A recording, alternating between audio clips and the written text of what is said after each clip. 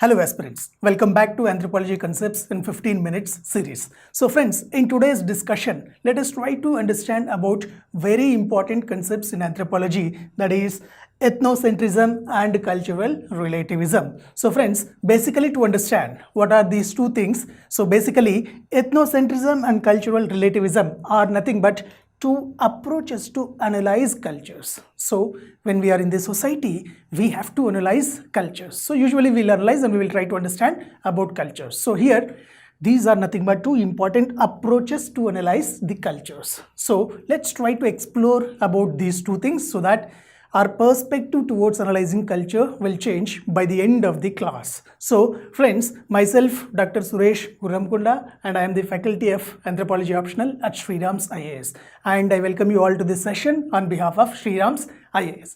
So before we proceed towards our actual discussion, so friends, I would like to show you some fascinating cultural traditions that are available across the world. Right? So now first let's begin. So here what you have to do is that try to look at that visual or cultural tradition and try to remember what comes to your mind at the first instance, right? So that means, will you feel disgusting? Will you feel like bizarre? Will you feel like shocked? So whatever your expressions are, like try to just remember them so that like you can just get to know your perspective about that particular culture at the end of the session. So now first, if you look at the very first tradition that I want to show you is that, so there is a frog wedding tradition. So a frog wedding tradition is available in some parts of India. So parts like Assam, in Assam it is called as Bekulibia, and in Karnataka and southern parts of India it is called as Manduka Parinaya. So can you see frogs are getting married?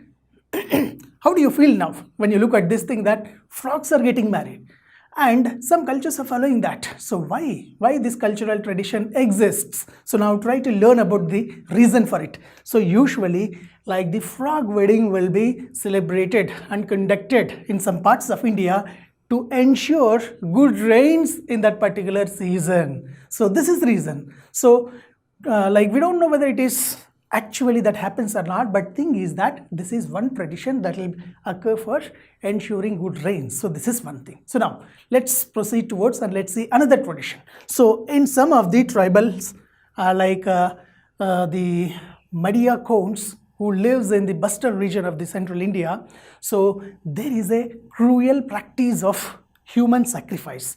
And there was a cruel practice of human sacrifice. So till 17th century, they used to practice and they used to sacrifice humans. So you can see the sacrificial post here. So they used to tie the people to this particular sacrificial post and they used to usually sacrifice the humans. So what was the reason? So again, reason for this kind of cruel kind of cultural tradition is that so they were intended to get good crop and good yield in the crops in that particular season. So that was to just fertilize the land so that land can give more and more crops. So that was the reason that, and that was the belief that they were giving for us.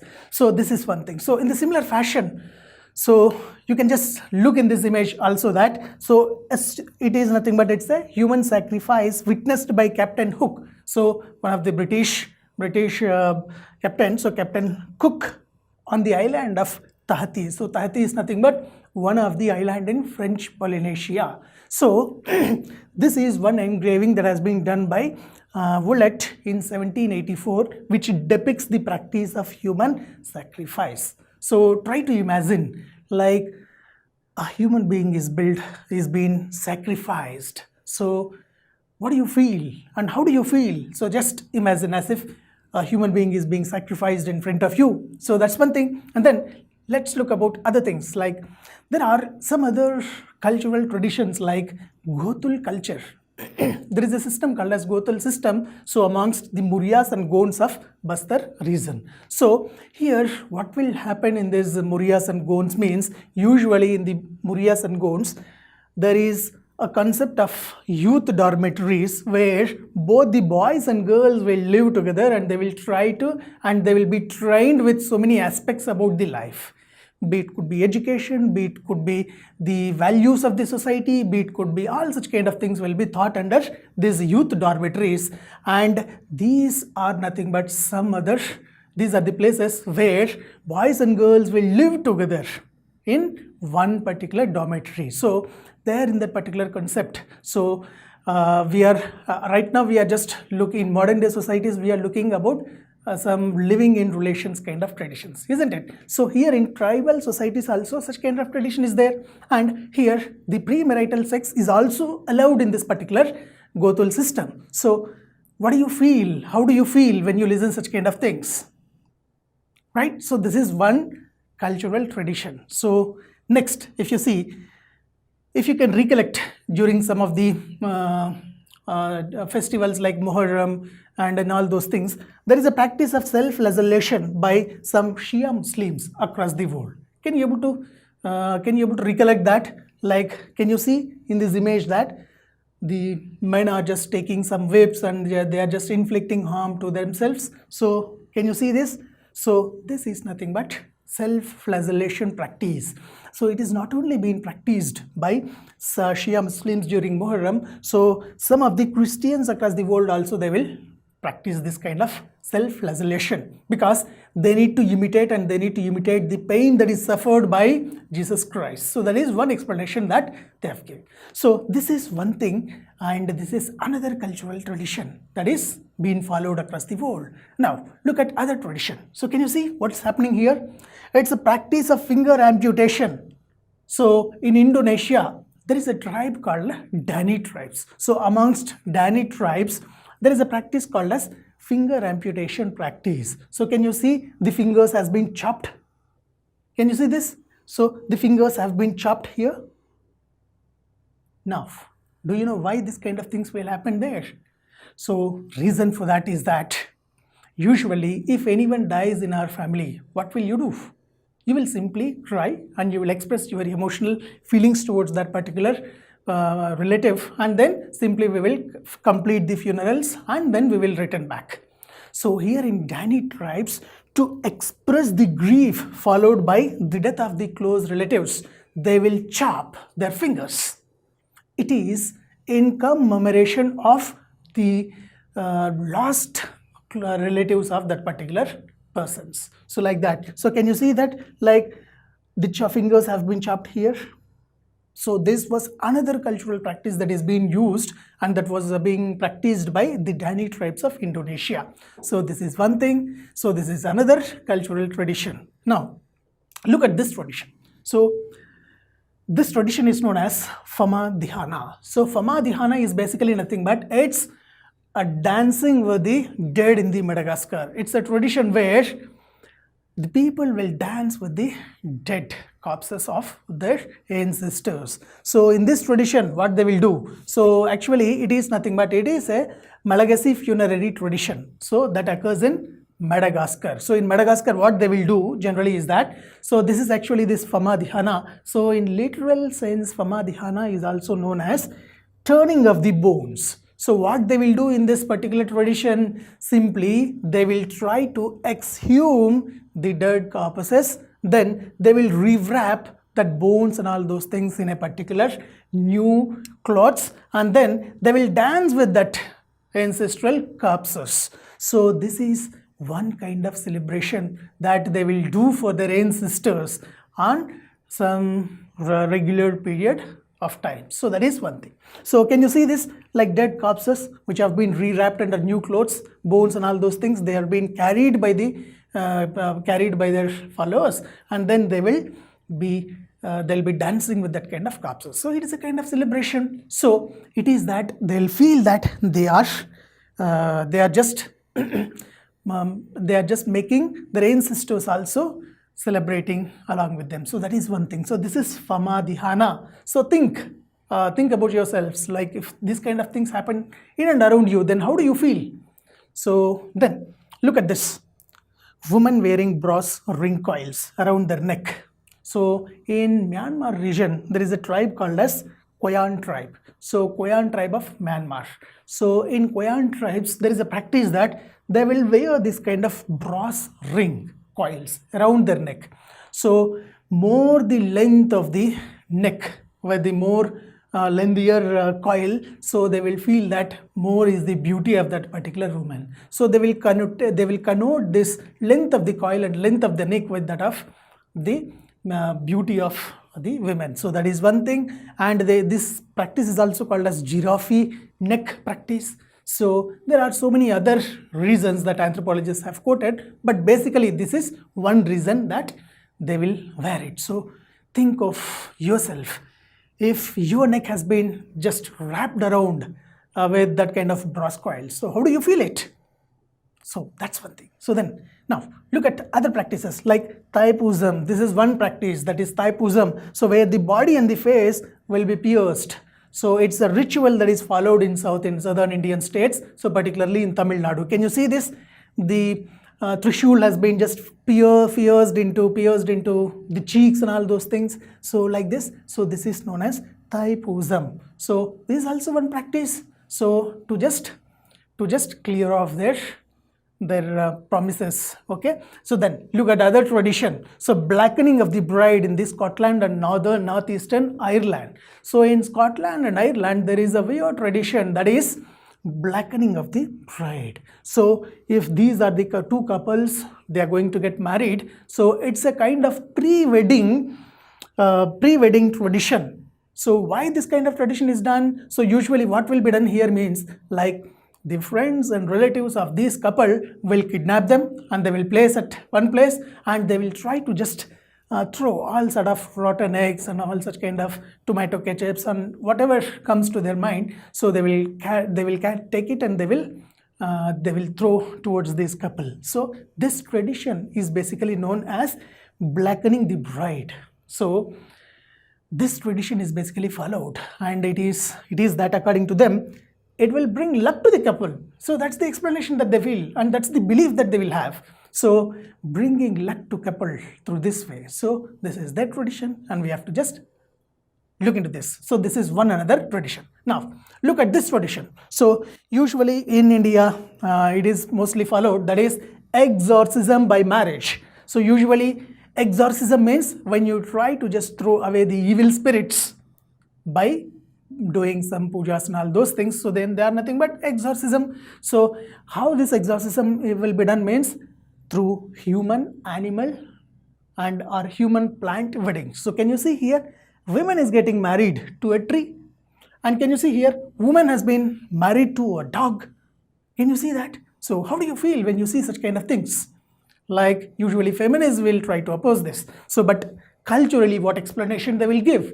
So culturally the explanation that they give is like in countries like India, where we follow most of the astrological aspects. So for some women there will be something called as Manglik dosha.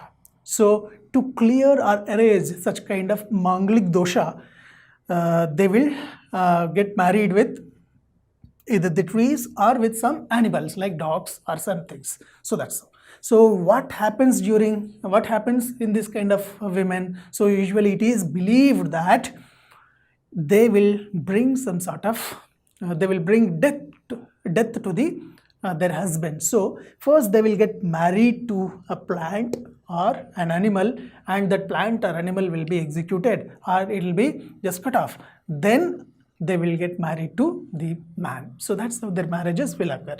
So the practice is simply to throw away the evil spirits and to bring some sort of clear away such kind of Manglik dosha. So this is one thing. So this is another tradition. So now this is one thing. So friends, now just you have saw so many cultural traditions. So when you were just looking at those cultural traditions, what were your reaction? Just try to recollect yourself. When you saw this marriage by exorcism, like you might have felt shabby that why woman is getting married to your dog, isn't it? When you might have saw the blackening of the bride, you might have felt, Arey, what kind of dirty tradition is it? Isn't it? Then when you might have saw the self-flagellation practice, you might have felt disgusting. Arey, what is this? Like inflicting self-injuries, isn't it? So this might be one thing. And then when you might have saw something like things like the other traditions which we have saw. So there, human sacrifice, if we take, you might have felt like disgusting. Humans are being sacrificed. For what? That too for getting the more yield of the crop. So this is one thing. So you might have got different feelings, and you might have felt some cultural traditions as barbaric, some cultural traditions as disgusting, some cultural traditions as some like inferior, some cultural traditions as uncivilized, isn't it?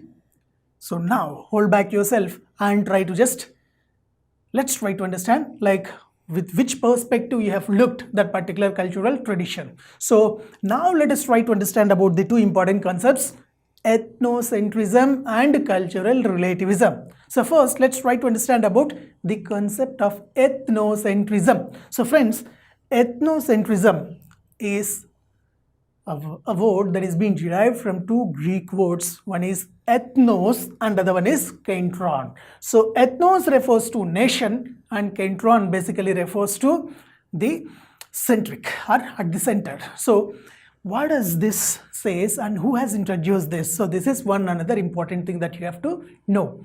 So ethnocentrism is an approach to analyze the culture which has been proposed by an American sociologist or an American social scholar called as William Graham Sumner. So William Graham Sumner is an American sociologist who has expressed and who has proposed this particular concept called as ethnocentrism, and he has written a book called as The Folkways. In this particular book, William Graham Sumner explained the concept and proposed the concept of ethnocentrism. So that is one thing. So now, William Graham Sumner coined the term ethnocentrism and in the book Folkways, and according to him, it is a tendency to assume that one's own culture and one's own way of life are superior to all other cultures. That means in very simple fashion to say what is ethnocentrism means, ethnos means nation, kentron means center. So if a particular person keeps the cultural tradition of a particular nation or of a particular culture at the center, and if he tries to judge the cultures of all others, then such kind of practice or such a tendency to analyze the culture by keeping his own culture at the center or his own way of life as the center is known as ethnocentrism. I hope if you would have followed clearly, then you might have understood what it is. Let us assume and let us take an example also. Let's say for example, in North America, eating dog meat is considered as barbaric, and those who ever eat the dog meat, they'll be considered as barbaric people and they'll be considered as uncivilized people. That means what they are doing there, they are keeping their culture at the center, and in their culture eating dog meat is considered as barbaric. So those who ever eat, they'll be called as barbaric people. That means if you are just expressing such kind of tendencies, then you are expressing an ethnocentric perspective of that particular culture. So you are observing and you are expressing, you are with an ethnocentric perspective. So that is one thing. Is that it clear? Now let's try to elaborate still more. So ethnocentric means, or ethnocentrism further means, like it is a belief that one's own customs, one's own traditions and one's own attitude and one's own way of life is considered superior, and one's own traditions, customs, culture is considered preferable than those of other cultures. So this is one tendency or this is one belief. So where we will try to evaluate the culture, one culture on the basis of one's own cultural standards. So each and every society will have certain morals, certain ethics and certain cultural standards. Let's say for example, in Western countries, they'll wear Western outfit. So be it could be midi, be it could be short dresses and all those things. So in India, we have the tradition of wearing saris and dhoti and kurta, isn't it? So now, which tradition is the superior tradition? Is wearing Western clothing is superior tradition, or is wearing Indian clothes? So that is superior tradition. here Indians will say that this outfit is superior, this outfit is the standard one. Indians will say the same thing, but whereas in Western countries they'll feel that this particular tradition is the best one. So that means when we are analyzing, when we keep our culture at the center, and if we analyze others' cultures, it is known as ethnocentric attitude. I hope you have got it. So who have given it? William Graham Sumner. Where he has given it? In Folkways. So what is it? So we have understood that. So this is one thing. Now, ethnocentrism as an approach to study and analyze culture, it will have some positive aspects as well as it will have some negative aspects. So in ethnocentrism, we'll have different types, like positive ethnocentrism, which usually yields some sort of cultural proudness. My culture is the best culture. So if you have the tendency, like usually what we will feel, that is cultural proudness. So positive level of ethnocentrism is that, whereas negative level and extreme negative level of ethnocentrism is another thing that usually wields some issues in the society. So the positive aspects, positive level of ethnocentrism will do, it induces a sense of we feeling and it unites the members in that particular group. So simply to say, we Indians, we Americans, so it induces a sense of we feeling. It's our culture. When we say our culture, so obviously we'll feel that oneness. So that is one thing. And in modern society, it intensifies the sentiments of patriotism. So let's say, for example, like whenever we talk about the flag, Indian flag, so we'll feel that our flag is the best and we will never let the flag down, isn't it? So such kind of things, like it induces the sentiments of patriotism. So that is one thing. And then it inbreeds social solidarity and cooperation and mutual health, mutual cooperation. So all such kind of things, they are nothing but the positive aspects of the ethnocentrism. Now, when we look at the negative aspects of the ethnocentrism at negative level, so what is happening means, so you are keeping you are assuming your culture as superior and you are looking all other cultures as inferior and you are just feeling that you are at the top and all others are barbaric, isn't it? So it inbreeds intolerance and hatred towards the other cultures. So this is one thing. Now think about some of the controversial traditions, like the practice of consumption of beef. So the practice of consumption of beef is considered as one of the controversial practice in India. So such kind of practices have led to intolerance and hatredness, isn't it? And it may also lead to violence and destroy social harmony. So we have a lot of instances only with respect to the practice of consumption of beef. So communal harmony issues also were there. Communal violence was also there. Then it may lead to genesis of inequality. So we have already said this culture is superior, this culture is inferior, this culture is elite, this culture is the lowest. So like that, it inbreeds it lead to genesis of inequality. This is one thing. And then it may also lead to violation of human rights. So there could be some times like human rights could be violated.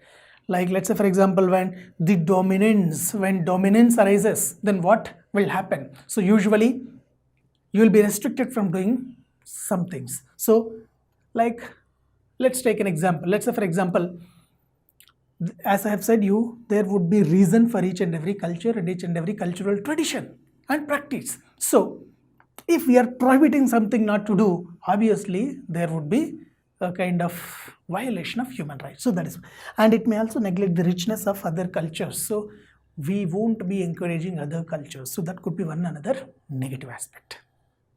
Are you getting that? So in brief, ethnocentrism means when you keep your culture at the center and when you try to analyze other cultures, and if you judge that one culture is superior and other culture is inferior, that is nothing but ethnocentric attitude or ethnocentric tendency. So that's what ethnocentrism is all about. Now let's look about what is cultural relativism. So friends, cultural relativism is considered as one of the dearest concepts to anthropologists. And why it is most dearest to anthropologists?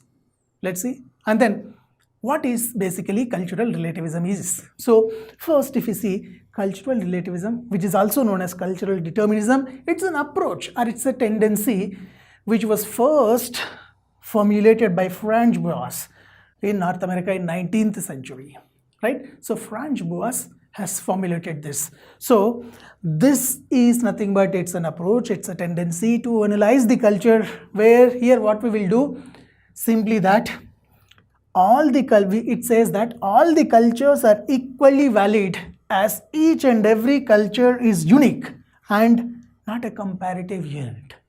So according to French Boas, what he says that every culture is unique. Every cultural tradition will have a particular reason. So from that perspective, so one should not compare a particular culture with that of other culture. When you are trying to compare one culture with other culture, that means you are just going for a practice of ethnocentric view. So what you have to do, you should never compare one culture with other culture, and you should let other cultures survive. So this is the basic concept of cultural relativism.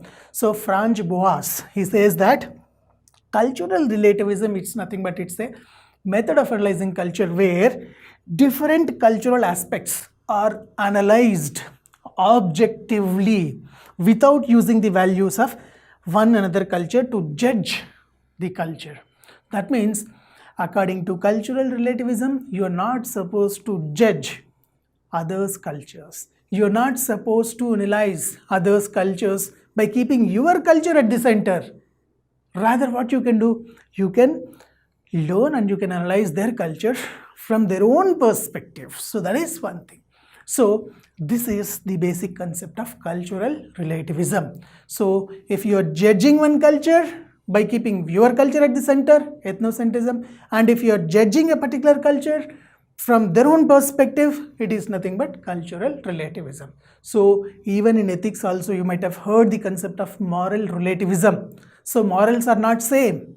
So they may vary from person to person. So moral relativism is also same thing. So this is one thing. Now, if you try to analyze the significance of cultural relativism, so usually it inbreeds a kind of tolerance in the society.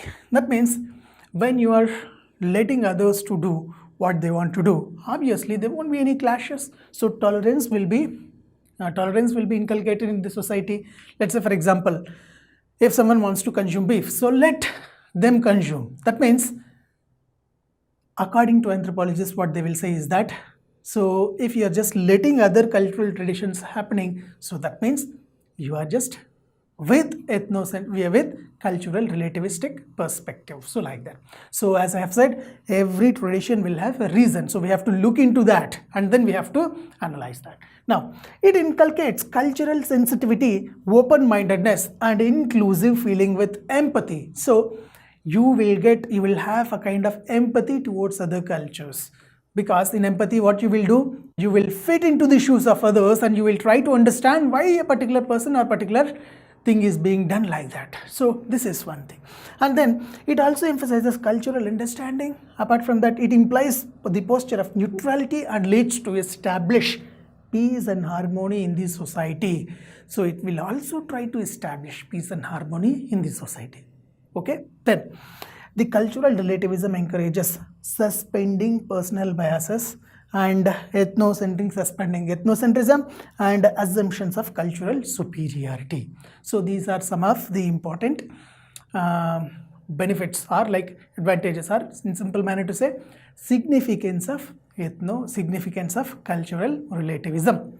So now friends, the biggest question or the question of the day is, why has been the concept of cultural relativism been so dear to anthropologists? So now you have to answer this question, and if you would have understood what is cultural relativism, so then try to answer the question and post your answers or post your comments in the comment section or post your points in the comment section, so that let's see to what extent you have understood the concept, right? So here we have tried to understand the two very important concepts, that is ethnocentrism and cultural relativism, in very simple stance. Okay, so this is where, like, let's wind up our discussion for today. So that's all for today from my side. So if you have any further doubts and queries with respect to anthropology optional, you can just meet me, or you can just get a session from me by registering to one-to-one mentorship. The link has been given in the description box. So just register yourself and get a chance to get mentorship, one-to-one mentorship from my side. So that's all for today from my side. So let's meet in another video with another interesting topic. So thank you all.